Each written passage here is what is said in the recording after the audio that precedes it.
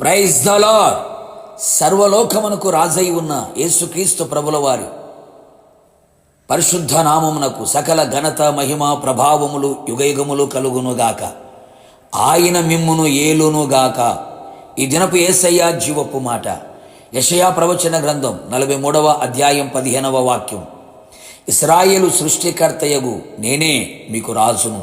యేసయ్య వలన చీకటిలో నుండి ఆశ్చర్యకరమైన వెలుగులోనికి పిలువబడి యేసయ్య గుణాతిశయములను ప్రచురము చేయు నిమిత్తము ఏర్పరచబడిన వంశముగా, రాజులైన యాజక సమూహముగా, పరిశుద్ధ జనముగా, దేవుని సొత్తైన ప్రజలుగా ఈ ఆత్మీయ యాత్రలో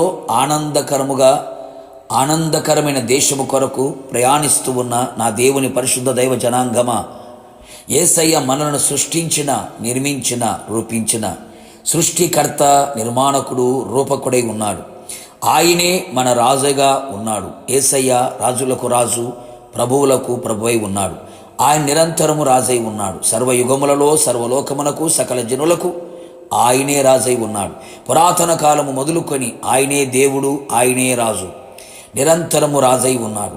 ఆయన మహిమగల రాజు, ఘనమైన మహారాజు, యూదులకు రాజు, ఇశ్రాయేలు రాజు, యాకోబు రాజు, నీతిపరుడు, రక్షణ గలవాడు, దీనుడైన రాజు. ఇట్టి రాజు లేడు, ఉండడు, ఆయన ఒక్కడే. యేసయ్య మహిమ ప్రభావములు ఆయనకు యుగయుగములు కలుగునుగాక.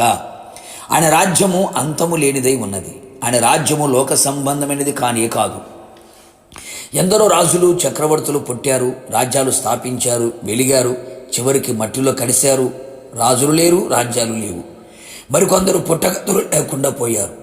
చెప్పుకోవడానికి చరిత్ర ఒకటే మిగిలినది. మన రాజు అట్టివాడు కాదు, మరణమును గెలిచి తిరిగి లేచినవాడు. ఆయన స్థాపించిన ప్రేమ సామ్రాజ్యం నేటి వరకు నిలిచి ఉన్నది, నిలిచే ఉండును. మనమే ఆయన ప్రేమ సామ్రాజ్యము. దేవునికి స్తోత్రము. నిజమే కదా. ఆయన మన రాజు, మనలని ఏలుబడి చేయువాడై ఉన్నాడు. ఆయన సమాధానపు రాజు, మహిమగల రాజు, నీతిపరుడైన రాజు, దీనుడైన రాజు, రక్షకుడైన రాజు.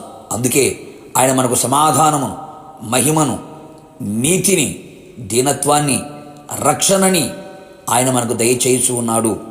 ఆయన పరిశుద్ధుడైన రాజు, మనల్ని పరిశుద్ధముగా ఉండుటకు మనల్ని ఏలుచున్నాడు. మన రాజు మన ముందు నడిచేవాడై ఉన్నాడు.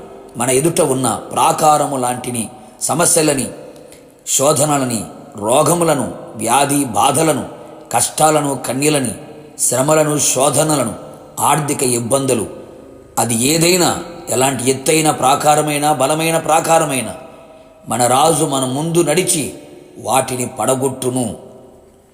మన రాజు మన యొద్దకు వచ్చి ప్రతి స్థలములలో నిన్ను ఆశీర్వదించును, ప్రతి స్థలములలో నీకు జయమును అనుగ్రహించును, ప్రతి స్థలములలో విజయోత్సవములతో నిన్ను ఊరేగింప చేయును, ప్రతి స్థలములలో ఆయన నిన్ను కాపాడును.